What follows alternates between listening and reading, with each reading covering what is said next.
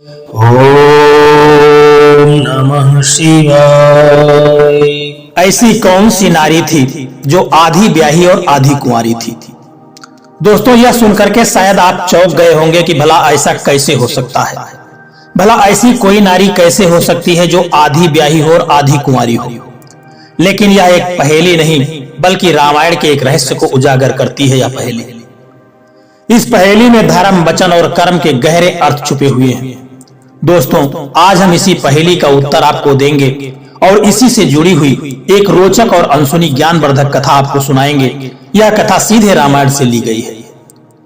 दोस्तों, इस कथा को जानने के लिए आपको हमारे साथ अंत तक जुड़े रहना होगा। एक समय की बात है कि जब अवध के नरेश महाराज दशरथ अपने घोड़े पर सवार होकर के शिकार खेलने के लिए जंगल में गए थे, तो उनके चेहरे पर आत्मविश्वास झलक रहा था। लेकिन उस दिन भाग्य उनका साथ नहीं दे रहा था। वे पूरा दिन जंगल में भटकते रहे, लेकिन इसके बाद भी कोई भी शिकार उनके हाथ में नहीं लगा। दोस्तों, उस समय राजाओं के लिए शिकार केवल उनका मनोरंजन नहीं था, यह उनकी वीरता और पराक्रम का प्रतीक माना जाता था। जब महाराज दशरथ को कोई शिकार नहीं मिला तो वे अत्यंत निराश हो गए। उनके हृदय में बेचैनी होने लगी और उनका मन भारी हो चला था। निराश होकर के महाराज एक बड़े से पेड़ घने वृक्ष के नीचे जाकर के बैठ गए। जंगल के सन्नाटे में केवल पत्तों की सरसराहट ही सुनाई दे रही थी। राजा दशरथ विचार करने लगे कि आज का तो पूरा दिन व्यर्थ हो गया। न कोई शिकार हाथ लगा और न ही मेरी इस यात्रा का कोई उद्देश्य निकला। दोस्तों, महाराज इसी चिंता में डूबे हुए इधर उधर देख ही रहे थे कि अचानक उनकी नजर सामने पड़ती है तो वे क्या देखते हैं कि एक अत्यंत ही सुंदर गंधर्व कन्या पास के ही पेड़ों के बीच से निकल करके उनकी ओर आ रही थी। उसकी चाल और उसका सौंदर्य और उसके वस्त्र ऐसे लग रहे थे कि मानो वह स्वयं स्वर्ग से उतरी हुई कोई अप्सरा हो। दशरथ जी को विश्वास ही नहीं हुआ कि इस निर्जन और भयानक जंगल में ऐसी सुंदर कन्या कैसे हो सकती है। उन्होंने सोचा कि यह कन्या कौन हो सकती है। ऐसी सुंदर और कोमल स्त्री इस वन में कैसे निर्भय होकर के घूम सकती है, जहां अनेक तरह के हिंसक जानवर हर पल किसी न किसी का शिकार करने के लिए हमेशा तत्पर रहते हैं। जब वह कन्या धीरे धीरे महाराज दशरथ के पास आई तो राजा दशरथ ने अपने राष्ट्रीय गौरव को संभालते हुए उससे कहा कि सुंदरी, तुम कौन हो और इस निर्जन भयानक जंगल में तुम अकेली क्यों घूम रही हो? क्या तुम्हें इस बात का अंदाजा है कि यहाँ कितने खतरनाक जंगली जानवर रहते हैं जो तुम्हारे जीवन के लिए खतरा बन सकते हैं? कौन हो तुम और तुम्हें यहाँ किसने छोड़ा है? कृपा मुझे करके अपने बारे में बताइए। महाराज दशरथ की बात को सुनकर के उस कन्या ने मुस्कुराते हुए कहा कि राजन, सबसे पहले तो आप मुझे बताइए कि आप कौन हैं। देखने में तो आप कोई महान योद्धा लगते हैं, जैसे कोई आप राजा हो। इस निर्जन वन में आपकी उपस्थिति मुझे विस्मित कर रही है। महाराज दशरथ ने बड़े गर्व से उत्तर दिया कि देवी, मैं अयोध्या का राजा दशरथ हूँ। या तो तुम जानती ही होगी कि राजाओं का कर्तव्य शिकार करना और अपनी प्रजा की रक्षा करना होता है, लेकिन तुमने अभी तक मुझे अपना परिचय नहीं दिया। बताओ तुम कौन हो और इस वन में क्या कर रही हो? कन्या ने बड़ी ही शांत और मधुर वाणी में कहा कि हे महाराज दशरथ, मैं एक गंधर्व कन्या हूँ। मेरे पिता ने मुझे पूर्ण स्वतंत्रता दी है कि मैं अपने लिए स्वयं कोई योग्य वर तलाश सकूं, और इसी कारण मैं इस जंगल में अपनी योग्य पति की खोज में घूम रही हूँ। दशरथ जी को यह सुनकर के बड़ा आश्चर्य हुआ। उन्होंने कहा, क्या तुम्हारे पिता ने तुम्हें इस खतरनाक जंगल में अकेले भेज दिया? क्या यह उचित है? यह उचित है कि एक पिता अपनी पुत्री को स्वयं अपना जीवन साथी खोजने के लिए इस निर्जन स्थानों में भटकने दे? या तो पिता का कर्तव्य होता है कि वो अपनी पुत्री के लिए कोई योग्य वर की खोज स्वयं करे।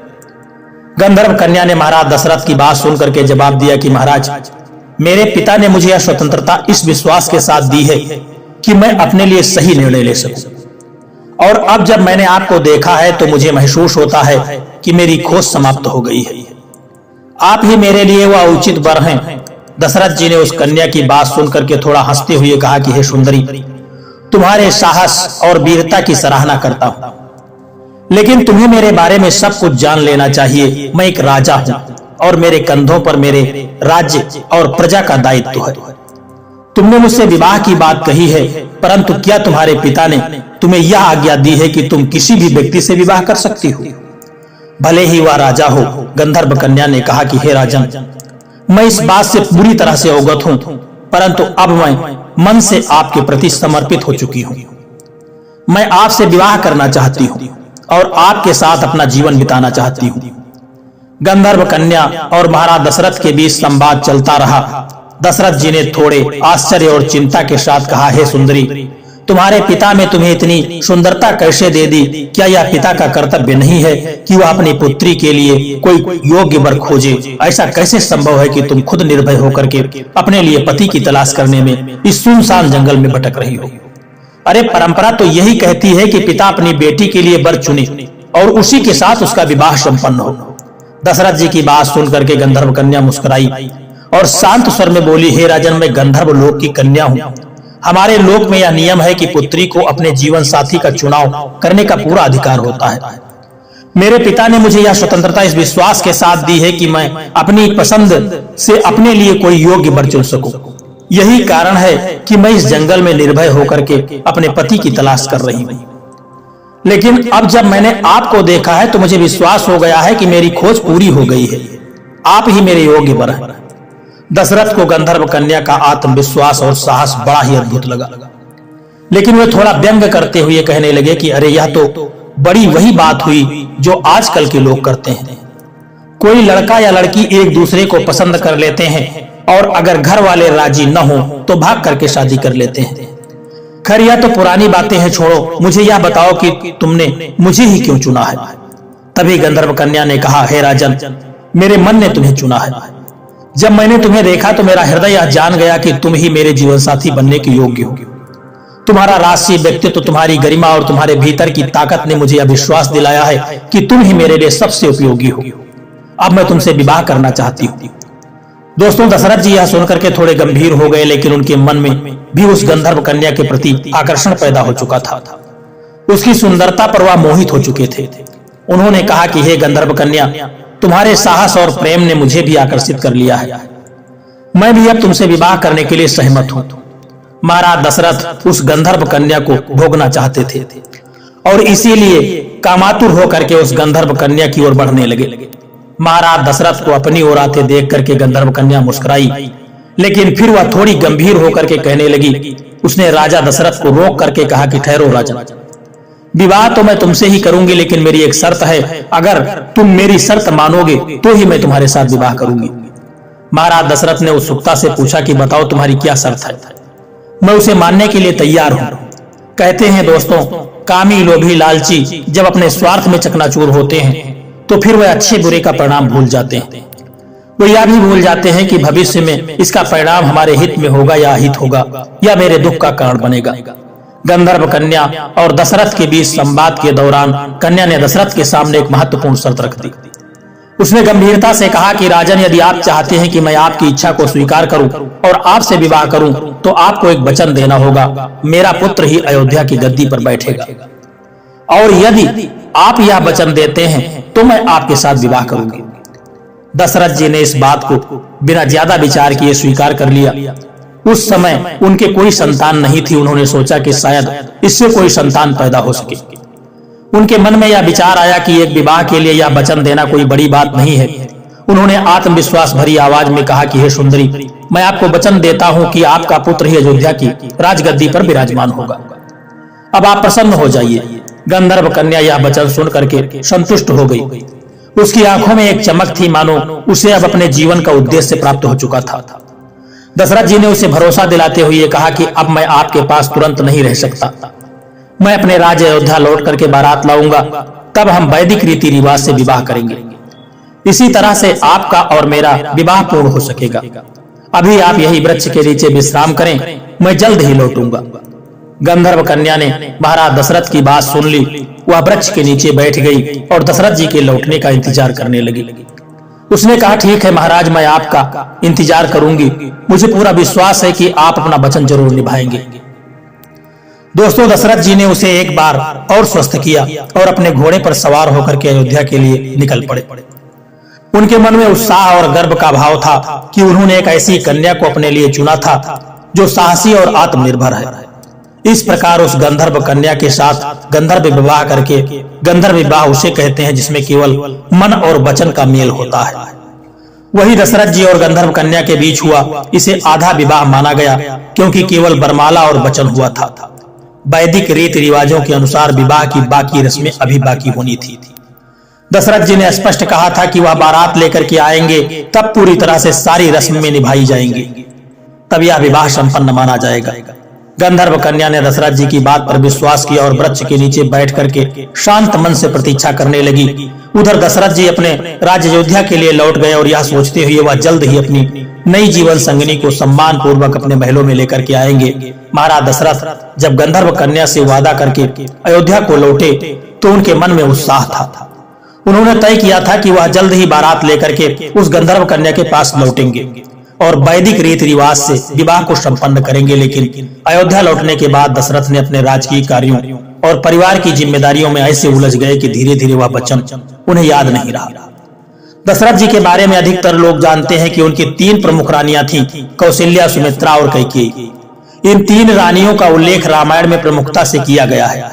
लेकिन एक और भी बात है जिसमें बताया गया है कि दशरथ की कुल 760 रानियां थीं। जगदीश रामायण में इस बात का वर्णन है। इन रानियों में से रानियां विशेष थीं जिन्हें पटरानियों का दर्जा प्राप्त था। यही कारण है कि रामायण और अन्य ग्रंथों में केवल इन्हीं का उल्लेख किया गया है। लेकिन अन्य रानियां भी दशरथ के जीवन का महत्वपूर्ण हिस्सा थी। उनके साथ दशरथ जी का अलग अलग संबंध था और वह सभी उनके महल की शोभा बढ़ाती थी। जब महाराज दशरथ अयोध्या लौटे तो अपनी 760 रानियों में खो गए। हर दिन महल में कोई न कोई उत्सव होता, कहीं न कहीं कोई आयोजन होता। वह अपने परिवार के साथ में व्यस्त हो गए कि धीरे धीरे गंधर्व कन्या से किया गया वचन उनके मन से मिटने लगा। उनकी 3 प्रमुख रानियां कौशल्या, सुमित्रा और कैकेयी हर समय उनकी सेवा में प्रेम में लगी रहती थी। राजमहल के अन्य कामकाज और प्रजा के कल्याण के कार्यों में दशरथ जी इतने उलझ गए कि जंगल में वृक्ष के नीचे प्रतीक्षा कर रही उस गंधर्व कन्या का उन्हें ध्यान ही नहीं रहा। गंधर्व कन्या ने दशरथ पर विश्वास करके उन्हें वचन दिया था कि उनकी इंतजार करेगी उनका। लेकिन दशरथ अपने महल में के वैभव, रानियों के प्रेम और राजकाज के कार्यों में ऐसे मगन हुए कि उन्होंने उस गंधर्व कन्या से किया गया वादा पूरी तरह से भुला दिया। महल में उनके पास हर समय कोई न कोई रानी बनी रहती थी। कोई उनकी देखभाल करती तो कोई राजकीय चर्चा में उनका साथ देती। दशरथ जी को यह याद नहीं रहा कि उन्होंने गंधर्व कन्या से बारात लेकर लौटने का वचन दिया था।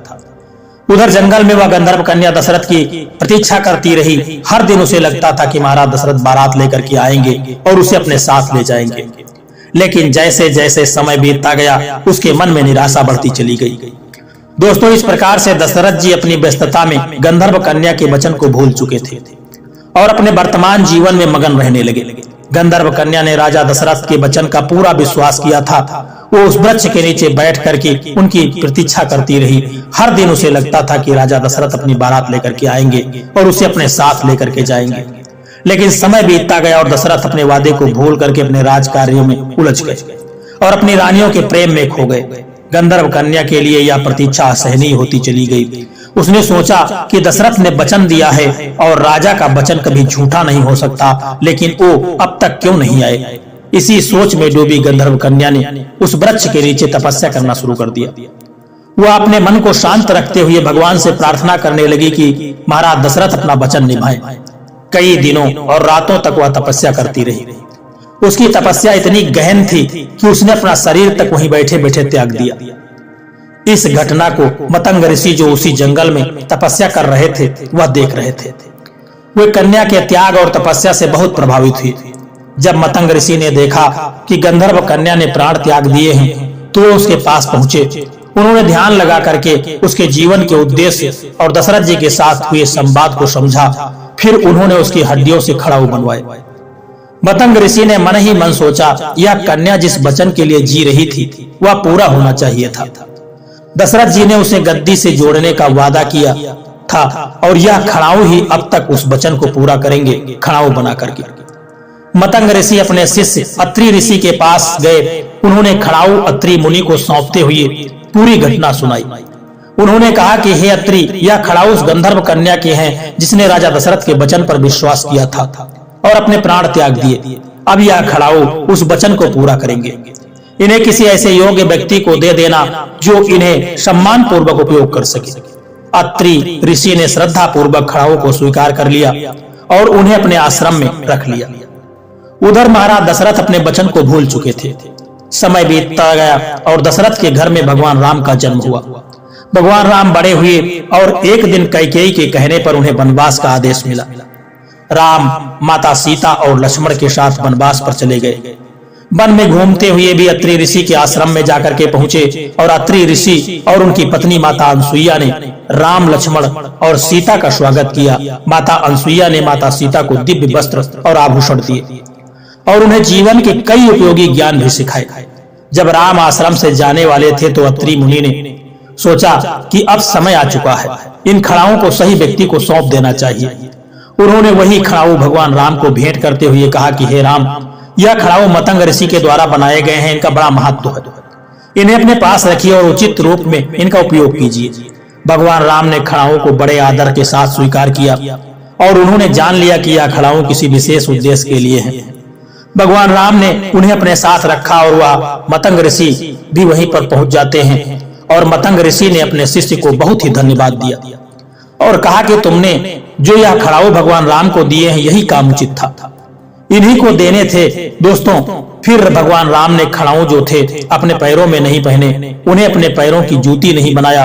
वे खड़ाऊ एक वस्त्र में लपेट करके अपने भाई लक्ष्मण को दे दिया और कहा कि हे लक्ष्मण, इन खड़ाऊ को अपने पास में रखिएगा, इन्हें पैरों में नहीं पहनना है, आगे जंगल में नंगे पैरों ही चलना है, हम इन्हें पहनेंगे नहीं। दोस्तों, तो बताया जाता है कि भगवान राम लक्ष्मण सीता जब चित्रकूट में मौजूद थे उसी समय राम के वनवास के निर्णय से हर कोई अयोध्या में दुखी था, लेकिन सबसे अधिक दुखी थे भरत। अपने बड़े भाई के बिना अयोध्या के राजमहल सूने लगने लगे थे। भरत ने अपने मन में निश्चय कर लिया था कि वे राम से मिलने चित्रकूट जाएंगे और उन्हें वापस लेकर के अयोध्या आएंगे। भरत जी ने अयोध्या से चित्रकूट की यात्रा की। उनके साथ गुरु वशिष्ठ और कई अन्य राज परिवार के सदस्य भी थे। जब भरत जी चित्रकूट पहुंचे तो उन्होंने राम को देखा। राम वनवासी वेश में थे और उनके साथ लक्ष्मण और माता सीता थे। भरत जी ने अपने भाई को इस अवस्था में देखा तो उनकी आंखों में आंसू आ गए। भरत जी ने राम के चरणों में गिर करके कहा कि भैया, आप यह सब क्यों सह रहे हैं? आप जैसे धर्मपरायण राजा को वन में रहने की क्या आवश्यकता है? अयोध्या आपसे कृपा करके लौट चले और राज सिंहासन पर बैठ करके राज्य का संचालन कीजिए। मैं अयोध्या का राजा बनने के योग्य नहीं हूँ। राम ने भरत को उठाते हुए कहा कि भैया भरत, आपका यह प्रेम मेरे लिए अनमोल है, लेकिन आप यह क्यों भूल रहे हैं कि यह वनवास मुझे पिताजी के वचन को निभाने के लिए मिला है। धर्म का पालन करना मेरा सबसे बड़ा कर्तव्य है। यदि मैं इस समय अयोध्या लौट गया तो पिताजी का वचन अधूरा रह जाएगा और यह मेरे लिए सबसे बड़ा धर्म होगा। भरत ने भावुक होकर के कहा, भैया, मैं पिताजी के निर्णय का सम्मान करता हूँ, लेकिन उनके जाने के बाद अयोध्या एक यतीम राज बन चुका है। प्रजा आपके बिना दुखी है। अगर आप वापस नहीं गए तो अयोध्या बर्बाद हो जाएगी। क्या यह आपका धर्म नहीं है कि आप प्रजा की रक्षा करें? कृपया मेरे आग्रह को स्वीकार कीजिए। तभी राम ने भावुक होते हुए कहा कि भैया भरत, मैं आपकी भावना को समझता हूँ, लेकिन मेरा अंतिम निर्णय है। पिताजी का वचन मेरा धर्म है और इसे निभाना मेरी प्राथमिकता है। आप मेरी अनुपस्थिति में अयोध्या का संचालन करिए, उसके राज्य को आप संभालिए। भरत ने एक बार फिर से कहा कि यदि आप नहीं लौट सकते तो मैं भी अयोध्या लौटने के योग्य नहीं हूँ। मैं आपके बिना राजगद्दी पर नहीं बैठ सकता। भगवान राम ने भरत को सांत्वना दी और कहा कि देखो भैया, अगर आप वास्तव में मुझसे इतना प्रेम करते हैं तो मेरी एक बात मानिए। मैं आपको अपने चरण खड़ाऊ सौंपता हूँ। इन्हें गद्दी पर रख करके तुम राज्य का संचालन करो। यही खड़ाऊ मेरे प्रतीक होंगे और आप मेरे प्रतिनिधि बनकर के राज्य संभालेंगे। भरत ने यह सुनकर के रोते हुए कहा कि भैया, मैं आपके बिना यह कैसे कर सकता हूँ? आपके चरणों के बिना अयोध्या सूनी लगती है। तो राम ने कहा कि भरत, यह खड़ाऊ प्रतीक केवल प्रतीक नहीं है, इन्हें गद्दी पर रख करके आप राज्य का संचालन करेंगे और मैं यह जान करके संतुष्ट रहूंगा कि अयोध्या मेरे आदर्शों के अनुसार चल रही है। आप मेरे प्रतिनिधि हैं और यह खड़ाऊ आपको मेरे पास होने का एहसास भी दिलाएंगे। भरत ने भारी मन से राम के चरण खड़ाऊ को स्वीकार किया और उन्होंने कहा कि भैया, यह खड़ाऊ मेरे लिए आपका आशीर्वाद है। मैं इन्हें गद्दी पर रखूंगा और यह सुनिश्चित करूंगा कि राज्य आपकी शिक्षाओं के अनुसार ही संचालित हो। लेकिन मैं यह प्रतिज्ञा करता हूं कि जब तक आप वापस नहीं आएंगे मैं स्वयं गद्दी पर नहीं बैठूंगा। मैं अपने जीवन को एक तपस्वी की तरह जीऊंगा। और आपकी प्रतीक्षा करूंगा। भगवान राम ने भरत को गले लगाते हुए कहा कि भैया, आपके इस त्याग ने मुझे गर्व से भर दिया है। मैं आपसे यही अपेक्षा करता हूं। अयोध्या की प्रजा आप पर विश्वास करती है, आप उनके लिए वही करेंगे जो मैं करता हूं। राम ने खड़ाओं को सौंपते हुए कहा कि भरत, इन खड़ाओं को गद्दी पर रखना और यह कहना कि इससे माता को सुख मिलेगा। भरत ने पूछा, भैया कौन सी माता को सुख मिलेगा? तो राम ने उत्तर दिया कि यह सुख उस बात को मिलेगा जिसने त्याग और प्रेम का प्रतीक बन करके इन खड़ाओं को जन्म दिया है। यह गंधर्व कन्या थी जो मेरे पिताजी के वचन के कारण अपनी जान गंवा बैठी। उसका त्याग व्यर्थ नहीं जाएगा। जब यह खड़ाऊ अयोध्या की गद्दी पर होंगे तो उसका उद्देश्य पूरा हो जाएगा। भरत ने राम की बात को समझा और खड़ाऊ लेकर के अयोध्या को लौट गए। उन्होंने इन खड़ाओं को गद्दी पर रखा और 14 सालों तक स्वयं तपस्वी जीवन बिता करके राम की प्रतीक्षा करने लगे। जब राम ने भरत को खड़ाऊ सौंपे तो भरत के मन अंदर से अत्यंत व्यथित था। उनका हृदय अपने बड़े भाई के प्रति प्रेम और आदर से भर गया था। उन्होंने चरण खड़ाऊ को हाथ में लिया और राम से कहा कि भैया, यह खड़ाऊ केवल आपके प्रतीक नहीं, यह मेरे लिए आपके आशीर्वाद और आपका आदेश है। मैं इसे गद्दी पर रखूंगा, लेकिन यह वचन देता हूं कि मैं स्वयं कभी गद्दी पर नहीं बैठूंगा। आपके बिना राजगद्दी मेरे लिए शून्य है। मैं इन खड़ाओं को अयोध्या का राजा मानूंगा। राम ने भरत को स्नेह पूर्वक गले लगाते हुए कहा कि भरत, आपका यह त्याग अयोध्या की प्रजा के लिए प्रेरणा बनेगा। आपके इस निर्णय से पिताजी का वचन भी पूरा होगा और प्रजा भी सुरक्षित रहेगी। आप मेरे आदर्शों और धर्म का पालन करते हुए राज्य का संचालन करिए। यह खड़ाऊ अयोध्या के न्याय, धर्म और सत्य का प्रतीक है। भरत ने उन खड़ाओं को निहारते हुए पूछा, भैया, आपने कहा था कि इन खड़ाओं को गद्दी पर रखने से माता को सुख मिलेगा। कृपया स्पष्ट करें कि आप किस माता की बात कह रहे हैं। तो राम ने मुस्कुराते हुए उत्तर दिया कि भरत, यह सुख उस माता को मिलेगा जिसने अपने वचन और त्याग से इन खड़ाओं को जन्म दिया है। वह गंधर्व कन्या जो पिताजी के वचन पर अडिग रही और तपस्या करते करते अपने प्राणों को त्याग बैठी, उसकी तपस्या, त्याग और विश्वास व्यर्थ नहीं जाएगा। जब यह खड़ाऊ अयोध्या की गद्दी पर विराजमान होंगे तो उसका उद्देश्य पूरा होगा। भरत जी यह सुनकर के गंभीर हो गए। उन्होंने मन ही मन उस गंधर्व कन्या के त्याग को नमन किया और राम से कहा कि भैया, मैं इन चरण पादुका को केवल गद्दी पर नहीं रखूंगा, बल्कि इन्हें पूरे सम्मान के साथ राज सिंहासन का प्रतीक मानूंगा। जब तक आप वापस नहीं लौटेंगे मैं तपस्वी जीवन जीऊंगा, यही मेरी प्रतिज्ञा है। भरत ने चरण खड़ाऊ को कपड़े में लपेटा और अपने सिर पर रख लिया। उनकी आंखों में आंसू थे, लेकिन मन में यह संतोष था कि अपने बड़े भाई का आदेश और वचन निभा रहे हैं। राम ने भरत को गले लगाया और कहा कि भैया, आपका यह त्याग अयोध्या के लिए मूल्य है। मैं वचन देता हूं कि वनवास की अवधि समाप्त होते ही मैं वापस आऊंगा और आपसे मिलूंगा। तब तक आप मेरी जगह यह जिम्मेदारी उठाइए। भरत ने राम के चरणों को स्पर्श किया और खड़ाऊ लेकर के अयोध्या के लिए लौट चले। अयोध्या लौटने के बाद भरत ने खड़ाऊ को सिंहासन पर रखा और संपूर्ण राज्य में यह घोषणा करवा दी कि राम जी के चरण पादुका अयोध्या के राजा होंगे और मैं केवल उनका सेवक हूँ। यह गद्दी मेरे लिए नहीं बल्कि राम जी के लिए सुरक्षित है। जब तक वापस नहीं लौटेंगे मैं उनका इंतजार करूंगा और सेवा करूंगा। भरत जी ने अपने वचन के अनुसार तपस्वी का जीवन जीना शुरू कर दिया। उन्होंने राजमहल में रहने से इंकार कर दिया और नंदी ग्राम में कुटिया बना करके वहीं रहने लगे। वे प्रतिदिन राम जी के चरण खड़ाओं की पूजा करते थे और राज्य की जिम्मेदारी संभालते थे। भरत का यह त्याग और राज्य के प्रति उनका प्रेम आदर्श बन चुका था। उन्होंने दिखा दिया कि सच्चा नेतृत्व केवल सिंहासन पर बैठने से नहीं बल्कि धर्म, त्याग और न्याय के मार्ग पर चलने से ही सिद्ध होता है। भगवान राम ने भरत के इस निर्णय को अपने वनवास के दौरान याद रखा और अयोध्या लौटने पर भरत के इस त्याग को सराहा। तो दोस्तों, आइए उसी जगह पर हम फिर से आते हैं जो गंधर्व कन्या थी, जिसके लिए वचन दिया था कि तुम्हारा ही पुत्र हमारी राजगद्दी का राजा बनेगा और उसी की गद्दी नसीब होगी। तो उसी वचन को याद करके राम जी ने कहा था कि सुख पावेगी माता, यानी इन चरण खड़ाओं को ले जाओ और ले जाकर के गद्दी पर रख देना तो माता सुख पाएगी। वही गंधर्व कन्या के लिए राम ने माँ कहा था, उसी माँ के लिए सुख मिलेगा। दोस्तों, वही गंधर्व कन्या आधी ब्याही थी और आधी कुंवारी थी। अब कुछ लोग कहते हैं कि ताड़का के शरीर के हड्डियों के खड़ाऊ थे। तो दोस्तों, ये अपने अपने मतों के अनुसार जो भी लोगों ने कहा है वो उनके मत से सही होगा, लेकिन मैं आपको यह रामायण से संबंधित बात बता रहा हूँ कि वही गंधर्व कन्या जो थी, जिसके लिए वचन दशरथ जी ने दिया था कि तुम्हारे बेटे के लिए ही गद्दी नसीब होगी, तो उस वचन को पूरा करने के लिए और अपने पिता के वचन को पूरा करने के लिए राम जी ने कहा था भरत से कि चरण खड़ाऊ को ले जाओ और गद्दी पर रख देना, तो माता को सुख मिलेगा। यानी उसी माँ के लिए बड़ा सुख मिलेगा जिसके लिए हमारे पिताजी ने वचन दिया था कि तुम्हारा पुत्र जो होगा उसी के लिए राजगद्दी होगी। अब उसके पुत्र तो नहीं हुआ, लेकिन वो माता उसकी हड्डियों के बने चरण खड़ाऊ जब गद्दी पर रखे जाएंगे तो उसके लिए देखकर जहाँ कहीं भी होगी बड़ा सुकून मिलेगा, उसके लिए सुख मिलेगा। यह राम भरत से राम जी ने कहा था। फिर उन्हीं चरण खड़ाऊ को लेकर के भरत जी चले आते हैं और 14 साल तक वे खड़ाऊ जो थे महाराज दशरथ की गद्दी पर रखे रहे। उस गंधर्व कन्या की बनी हड्डियों से उस खड़ाऊ ने राज्य किया और उसे बड़ा सुकून मिला। वह गंधर्व नारी, गंधर्व कन्या थी। वह ऐसी नारी थी जो आधी ब्याही और आधी कुंवारी थी। दोस्तों, यह पहेली आपको कैसी लगी है?